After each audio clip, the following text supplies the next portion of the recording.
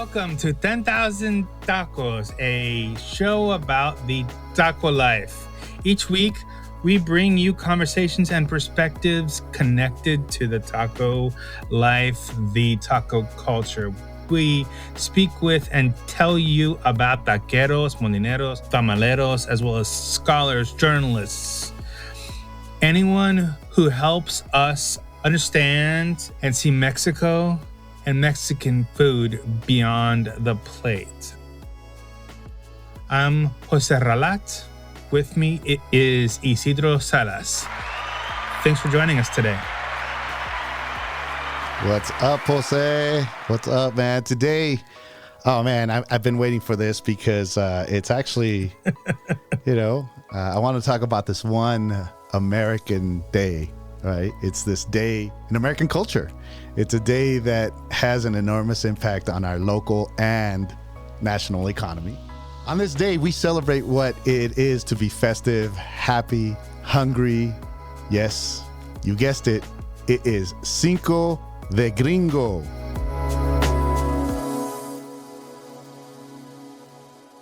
I'm surprised more people haven't heard of it. I mean, they celebrate it. I'm surprised a lot more people don't celebrate it. It is, after all, a U.S. day of massive celebration. So today, okay, let's get serious. I know. Let's get serious. Today, we want to talk to you about Cinco de Mayo, the 5th of May, and its nuances. Jose, please lead us off. Get us started with some history, amigo. Alrighty, folks. The 19th century was a year of almost constant war in Mexico. One of those wars was against the French, who invaded the country because Mexico's president, Benito Juarez, refused to pay its debts to France. Secretly, though, the French dreamt of expanding their empire, of installing a puppet ruler, and then marching northward to the border. Before that was possible, though, the French army needed to march through Puebla to capture Mexico City. All right, this invading force of 6,000 Frenchmen expected things to go easily, much like the Russians expected things to go easy in Ukraine. They were wrong. All right, they did not expect to get their butts whooped by a band of 2,000 poorly outfitted Mexicans, mostly indigenous farmers, bred alongside, surprisingly, South Texas vaqueros, underneath the command of 32-year-old Ignacio Zaragoza. Born in what is now Goliad, Texas, but was part of Mexico at the time of his birth. The skirmish that occurred in Puebla occurred on May 5th, 1862, 160 years ago, and it's known as the Battle of Puebla.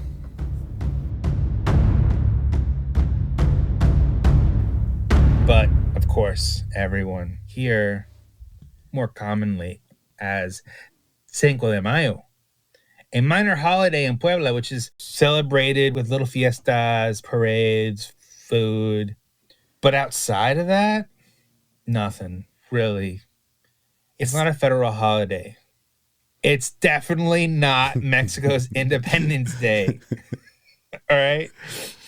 Pretty much no one else cares about it, except for Poblanos and people in the U.S. Cinco de Mayo is as much about heroics as St. Patrick's Day is about a holy man.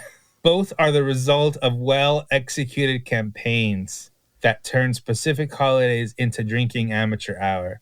I don't know about you, but I don't need an excuse to drink. And anyone who does probably shouldn't be drinking. But this isn't an episode about vomiting on the steps of St. Patrick's Cathedral. I've seen it happen, folks. Mm-hmm. Me too. This is about May 5th. Which, as you heard early on, we call Cinco de Gringo. But before we answer the question, how did Cinco de Mayo become a day of heavy drinking and acceptable displays of brown face, not to mention the significance of those actions. We need to talk about how the Battle of Puebla was commemorated early on. It was seen as patriotic symbolism as well as a way to actually insult Europeans. Novelist Guillermo Pietro at the time equated Europeans with low-class indigenous Mexicans by comparing them to the taco. Believe it or not, folks, back then, the taco and any corn-based food was looked down upon. Mexicans wanted to be seen as modern and as civilized as their European counterparts. Unfortunately, Europeans wouldn't let them succeed. Almost immediately, like months after this battle, Californios got news and they started to celebrate it. Things didn't go into full swing there until 1864. And then in Texas, because there is a Texas connection, they began to commemorate Cinco de Mayo in about the 1880s. And then later in the 1940s and 50s, Cinco de Mayo was used as part of the Chicano civil rights movement. And then this is where we come to Cinco de Gringo. In 1989, the San Antonio-based importer of Corona beer decided to leverage this obscure holiday for their commercial profits. As we know, it worked. And the importer's marketing manager actually said, Corona is the first thing that comes to mind when customers think of Cinco de Mayo. He's right, but this was the beginning of the end. This is how we got to Cinco de Gringo. And boy, does it get worse. Man, a lot of things come to mind when I think about, especially in 1989. I came to this country in the late 70s as 6 years old. Anyway, by the late 80s, I was late teens and I loved partying. But at the same time, I was too busy working a taco truck with my parents. So I used to hate working the taco truck on Cinco de Mayo because I would see everybody out there partying. I just want to ask, first I want to thank everybody for being here, but I also want to ask, by a clap of hands, when you think of Cinco de Mayo, does Corona come to mind? Or vice versa? Do you think it's more about margaritas? I don't know. Now and Jose Cuervo? It's all combined. But I do think about Corona. In the late 80s, Corona made a big push, not just in Cinco de Mayo, but in the Mexican culture in the United States. And I remember that vividly. So again, working the taco truck, my dad used to love these events because whether it was the fairgrounds in Santa Clara or the downtown convention center where they held these big dances on the 5th of May, all the raza would come out. And for my dad and my mother, they were like, those are the best days to make a lot of money in a short period of time. We'd go out there at midnight, park the truck close to the biggest parking lot, and at 2 a.m, all these people would stream out, and we would get just loaded with customers. And I hated it. I was like, man, I'd rather be out there partying. So I remember those days of partying. And the other thing that comes to mind is, we call it Cinco de Gringo, but it doesn't get lost on me that in growing up in California, there were two type of Mexicanos, right? There were the Mexicanos from Mexico, and then there were the first, second, third generation Mexicans, the Chicanos. And a lot of them were cholos, right? They didn't know anything about Cinco de Mayo.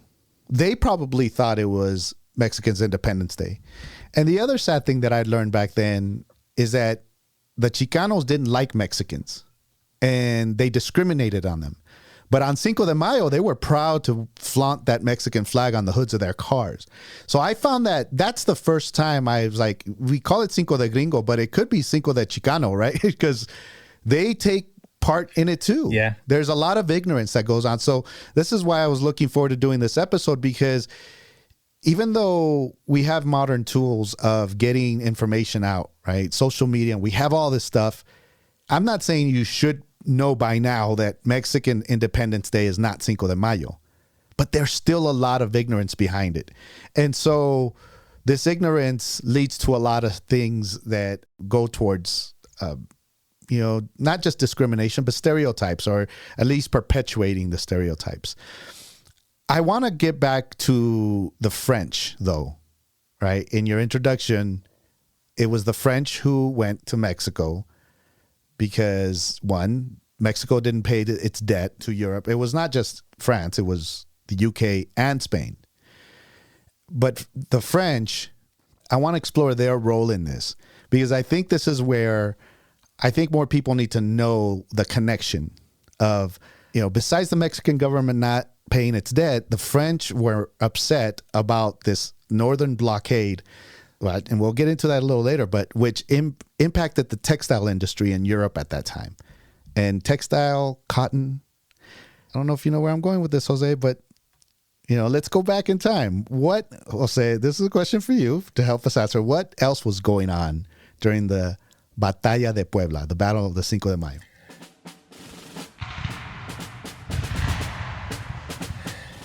I was so focused on Mexican history while we were researching this that I completely spaced that the Civil War was going on until you told me about it yesterday. They were marching to eventually meet up with the traders.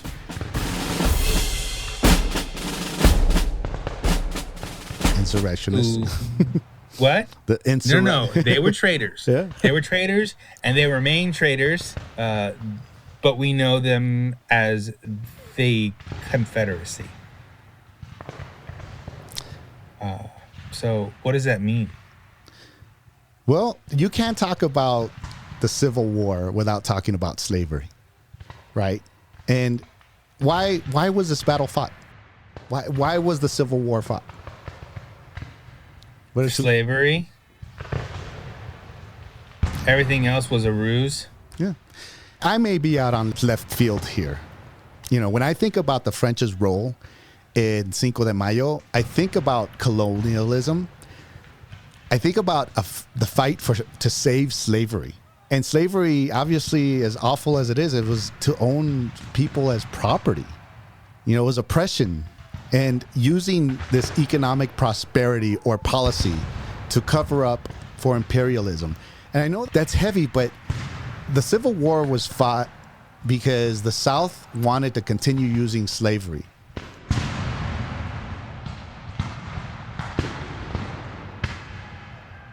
And they used the excuse of business. Like, this is how we get, they dressed up economics with like lipstick on a pig, right? Like, no, you were owning people. And I know that a lot of people back then, life, we could talk about it today as if it was so wrong. But look, there were people back then who thought it was right, but it was still wrong.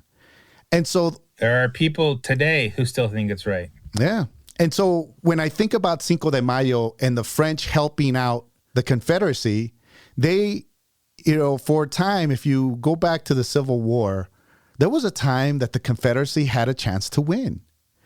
Imagine if the French were able to defeat the Mexicans on Cinco de Mayo.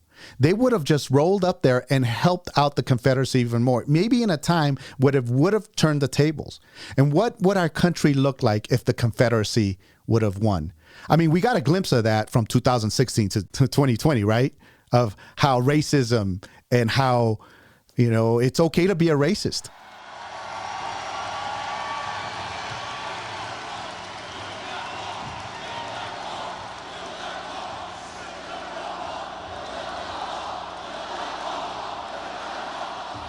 It's okay to plow your car in front of protesters in Charlottesville and kill people. and then be told that there were good people on both sides, right? And I know that's a little deep, but I want people to understand the significance of why the French was going into Mexico, and how those people, they, with little tools, a scrappy army, were able to defeat the French now, right? And that's why in California, when Californians got word of that, remember some 14 years earlier, California had just become the United States. So when Californians heard of that, they're still, I mean, even though California became part of the United States in the 1850s, 1849, there were still Mexicans there, right? So when they got word that they had won the Cinco de Mayo, or they had won the Batalla de Puebla, the Battle of Puebla, that was enormous pride, and they started celebrating that here in the United States. And then when people in Texas got a hold of, and a little bit after that, it was a sense of pride when we celebrated, and when they celebrated, it was a sense of we did something, and that they were there to help the North defeat the South. And we know the South was for slavery. So that's why I get pumped up about this, because this is important stuff in history. So when people are out there celebrating, they have to be aware. I mean, they don't have to. You can do whatever you want in this country, but you have to be aware of the little things that led to other things. Why we enjoy a lot of our freedoms today, even though they're under attack. Cinco de Mayo played a big part. Yeah, eventually, the U.S., the Union, changed their minds and helped Mexico.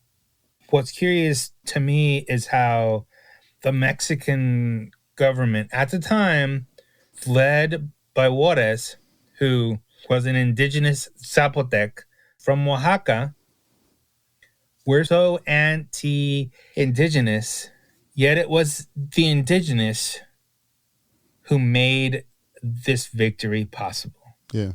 And so they wanted it both ways. We know now that's not true, but we're getting a little off topic. I think it's important right here to let listeners of 10,000 Tacos know that this is going to be a multi-part series. We can't wrap up everything into this cute little bow for 1 hour. So, I think it's important, as I'm pretty sure you would say, Isidro. This is like putting lipstick on a pig. Yeah.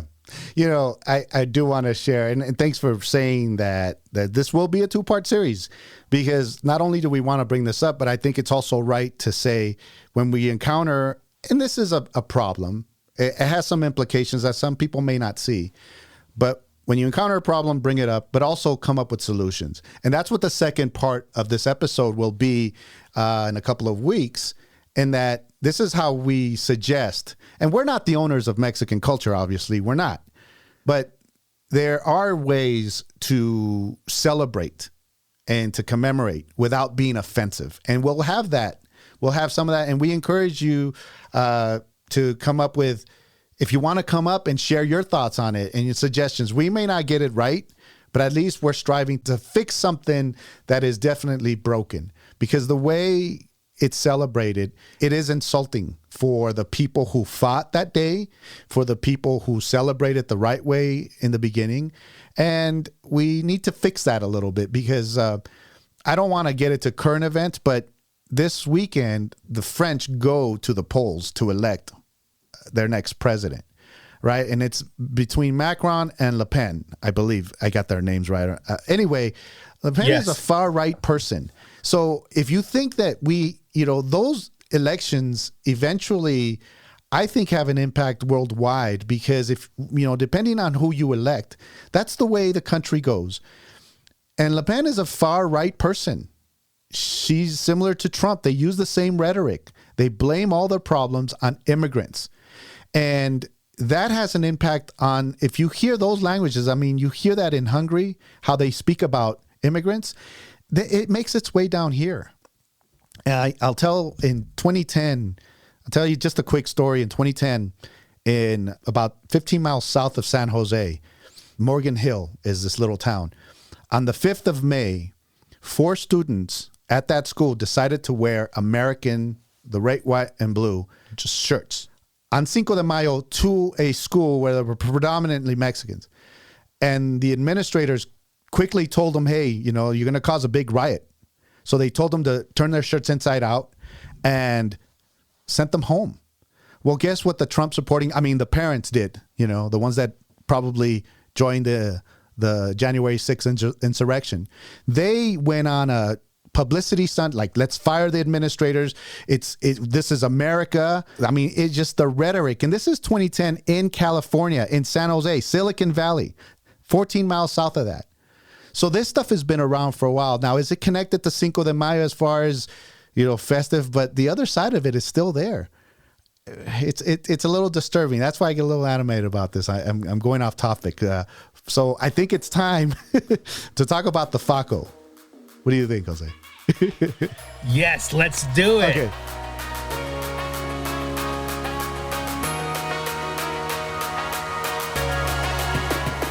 So real quick, what a Faco is, it sounds like taco, but it's the opposite, right? Because a taco brings joy, fun, big smiles, and a Faco is an opposite of that. It's a 4-letter word, kind of. And a Faco is a person, it could be an organization, it could be a campaign that basically misrepresents the taco culture, the Mexican culture, what we talk about. It's the opposite of that. And a Faco is someone like, let's say, Taco Bell. Many people love Taco Bell. Their food is shit. Excuse me. But people love it. I'm not trying to insult. Like, if you go eat shit, that's your problem. But Taco Bell, it really does desecrate the word taco. So to me, they're a Faco.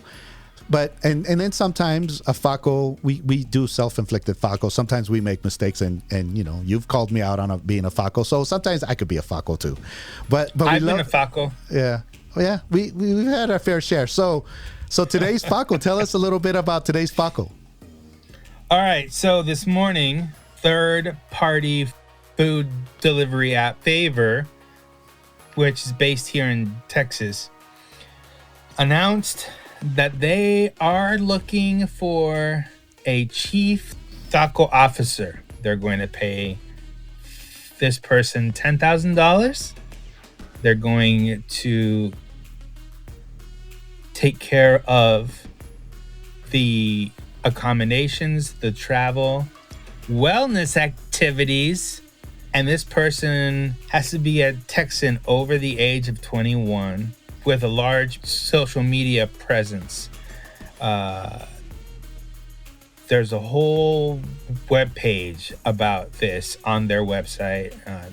It's a long application process. I spoke with the CEO yesterday afternoon, actually, and this guy's name is Jagbath. I told him that I expected competition eventually, but not from a company like Favor. Now, here's the thing. This is not a long-term gig. It's only for June and July. Mr. Bath swears that this is not a marketing gimmick.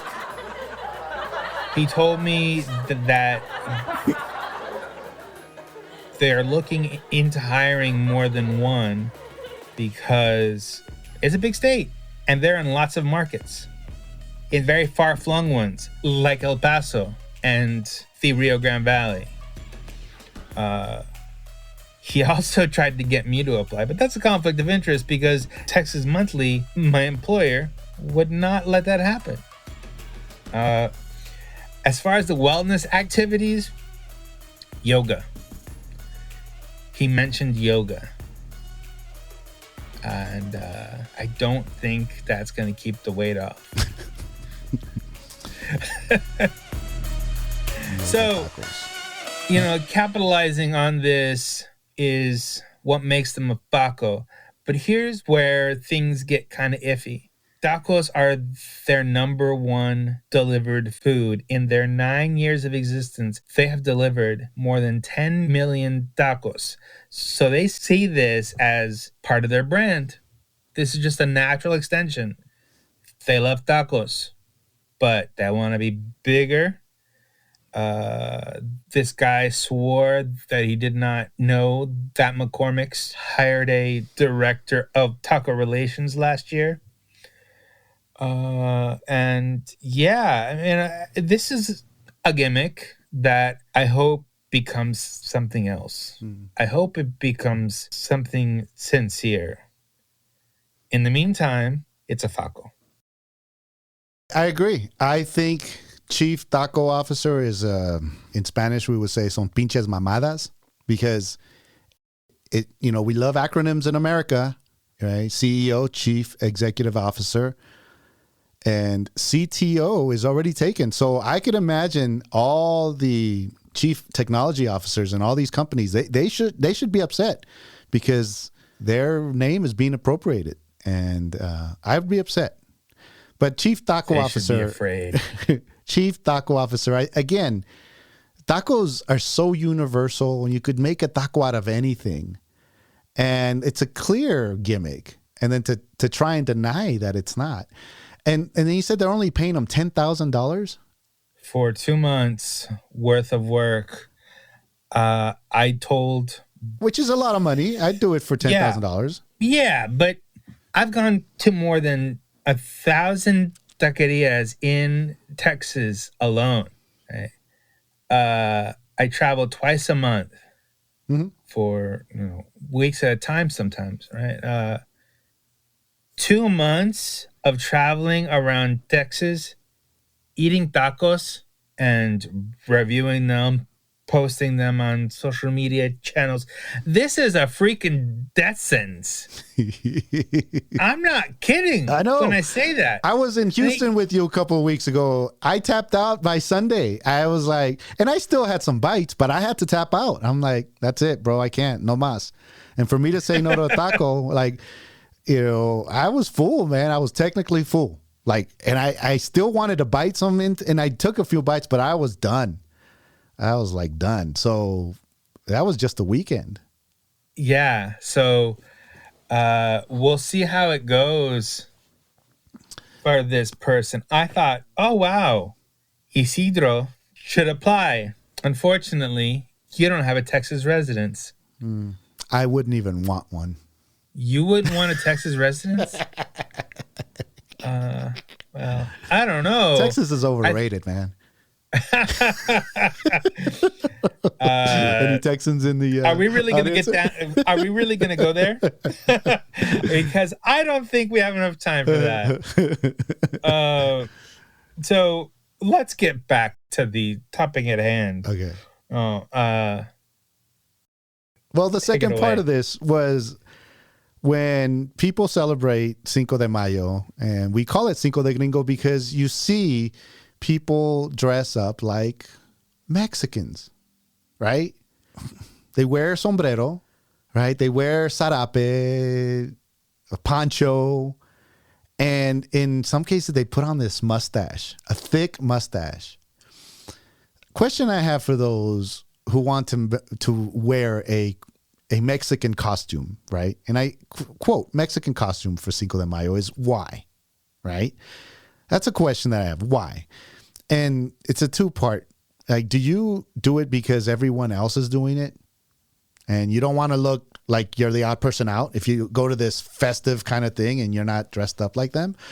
Or more importantly, is it because you think that's what you think of when you think of Mexicans? So when I see people at these festivals, these taco festivals, this Cinco de Mayo wearing mustaches, look, it's not the same as blackface. It isn't. Blackface has a history of it was sanctioned for such a long time. It's an awful thing. So when people get accused of doing blackface, there's a long history there. So it's not the same as that, but it's in the same neighborhood. I would never say that wearing a mustache emulating a Mexican is the same as blackface. It's not. Blackface is worse, and it's tragic. but it's along the same lines. You are putting on a costume that you think looks like a Mexican. So that's where I kind of go, come on, like people don't see that. And the other thing that I see, people have often said to me, dude, it's not a big deal. It's festive. It's a costume. And I think it is a big deal because one of the things that happens every Tuesday, people go, Taco Tuesday. Yeah. LeBron James, when he went to the Los Angeles Lakers, he thought he was like Columbus. He just discovered tacos, right? And he's talked like Mexican every Tuesday. He would have a Taco Tuesday show. He even tried to copyright or trademark Taco Tuesday. Thank God he couldn't. But he would go, yipa, andale, right? He's got millions of followers who were doing that. And it's not lost on me when people want to do Taco Tuesday, they do these stupid shells that they call, right? They do this. It's like Taco Bell. It's like a mini Cinco de Mayo every Tuesday. And they don't think anything of it. Did you know that La Cucaracha, the song, is Mexico's national anthem, always sung on Cinco de Mayo? That is not Mexico's national anthem. I know it's not. Again, Texas sucks. I mean, nah, man. Nah. You know, we gave the world Selena. Everything for Selena's. May she rest in peace. But can well-meaning white folks have a bowl of guacamole with chips on Cinco de Mayo? Can they drink Corona without being accused of appropriation? Of course. Absolutely. I think, that's another story for another week. In the meantime, taco time. Yes. And before we do the taco, I want to, again, if you want to dress up like a Mexican, let me show you a picture of a Mexican. Okay, I don't know if you'll be able to see this. Yeah. All right. So that's my father and mother and the kitchen we grew up in. And there is my father again, my younger brother, and that's me flexing in my nice brown shirt. I still have it, but COVID-19 prevents me from wearing it because it's a little small. But that truck there was our first taco truck. So that is a picture of a Mexican man. So if you want to dress up like a Mexican to commemorate Cinco de Mayo, commemorate people like him. I have many more of those because that when I think about people like my dad, you know, he was out there selling tacos on these events of Cinco de. He took advantage of the commercialization of it. We did. We made, you know, I almost think about this this experiment that was done in the late 80s. It was a study by a behavioral economist by the name of Richard Taylor. In New York, he decided to study why cabbies, when it rains, they make a lot more money when it rains there, right? And then he always found it weird that on rainy days, you could, as a cab driver, you could make 3 times as much as a regular day. And he wondered, why is it that on rainy days, people take the time off when they could make a lot more money?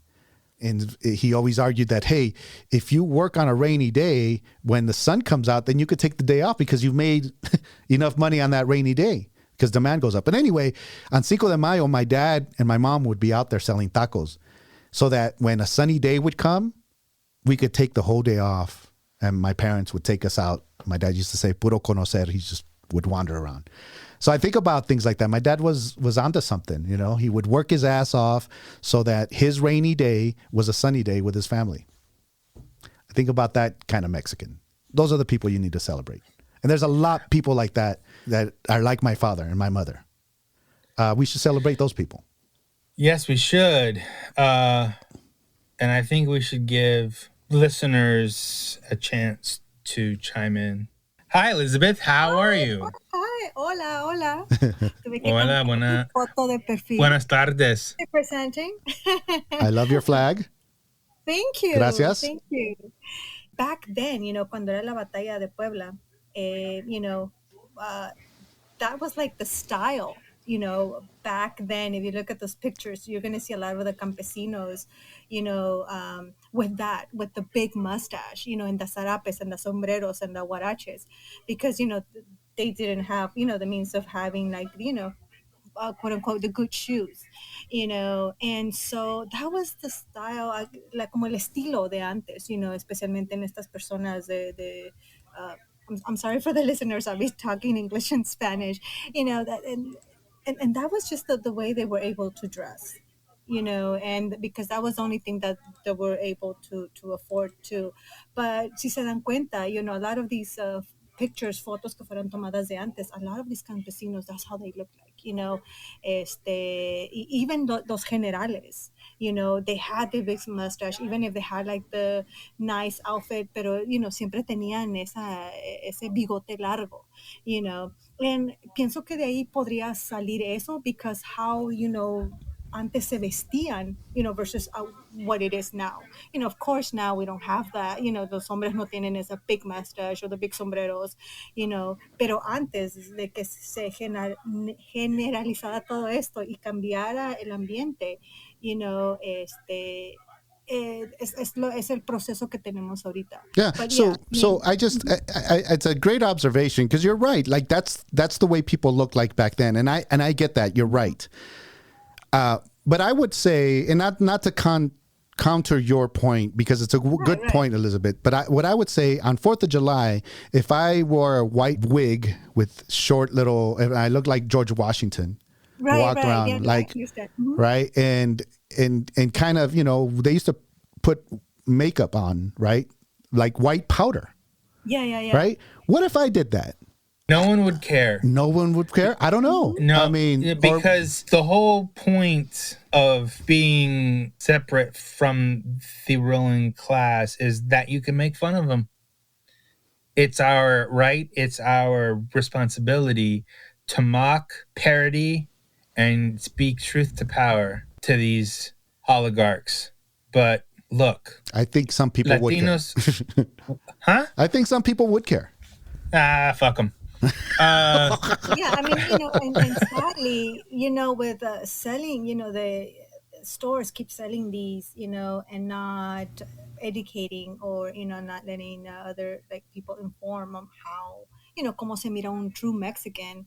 They're going to be, al sistema económico, los que le conviene la venta, whatever is it that sells, that's what they will, and sadly, lamentablemente, nos están, how can I say, giving that, image, and sadly, people are going to think, oh yeah, this is how they look like, this is how it is, and I am aware of that, and I do disagree on that, they pueden cambiar el aspecto y vendiendo, but, ahora sí, Yeah. esa es mi opinión, pero ya.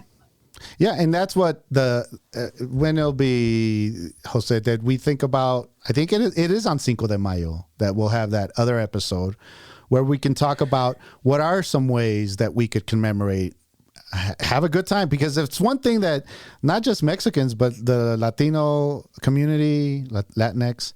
I'm still not used to saying Latinx. And you know, you can say Latine. You know why? Hold on. Let me get off subject here. You know why Mexicans don't really use the Latin X thing? That's not true. I'm going to tell you right now. No. I'm asking you. Mexicans. Yeah, but why it's not? I mean, come on. Are Mexicans in Mexico being a Latin? No, they're not.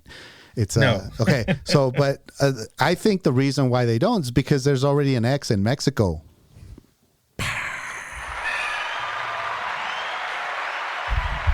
Damn it, I can't drop this mic. It's got a freaking boom on. Damn it.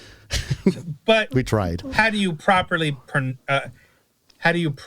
spell Mexico? With a J. Yes. Mm-hmm. Like San Jose, like your name, Jose. No, don't say that again. I'm gonna reach through this monitor and slap you with my big mustache. Okay, Sean Connery. I heard the other day when they talked about St. Patrick's Day is that everybody is Irish on St. Patrick's Day, and my wife looked at me and said, "Except the Scots." St. Patrick's Day, the Scots are Scottish.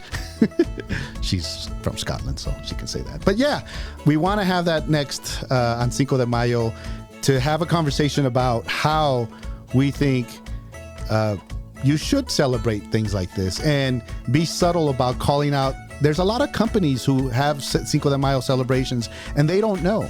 And don't put them on blast. Don't say, hey, you know, my company's being a racist. No, there are ways. And we're going to discuss that in our next episode, because I think we also want to be part of the conversation and include people who don't know about it. They innocently don't know. And then when we come off like, you guys are fucking it up, it pushes them away. It makes them go to Rachel Ray for Cinco de Mayo aspirations, and we don't want that. I want to add, there was a conversation about Latino, Latinx last night. It was a great conversation. Sarah McCord, who is in the audience, was engaged in the conversation. It was great. Latinx is used mostly by younger Latinos and academics. I always thought when they were talking about Latinx, they were talking about Latinxes, and that's pretty hot because I have a lot of Latinxes that are crazy. I mean, my wife knows about them. Anyway. I think my watch is too loud. Anyway, let's go out on the talk quote, man. Let's conclude this show. I want to thank everybody again for joining us and learning a little bit more about Cinco de Gringo.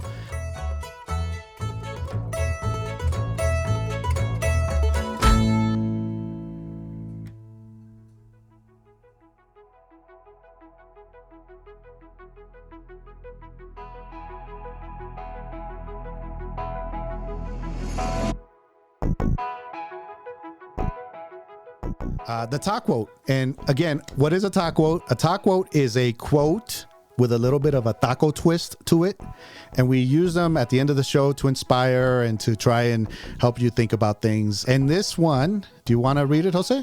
Yes. If you live life as if your next taco will be your last, one day you will be right.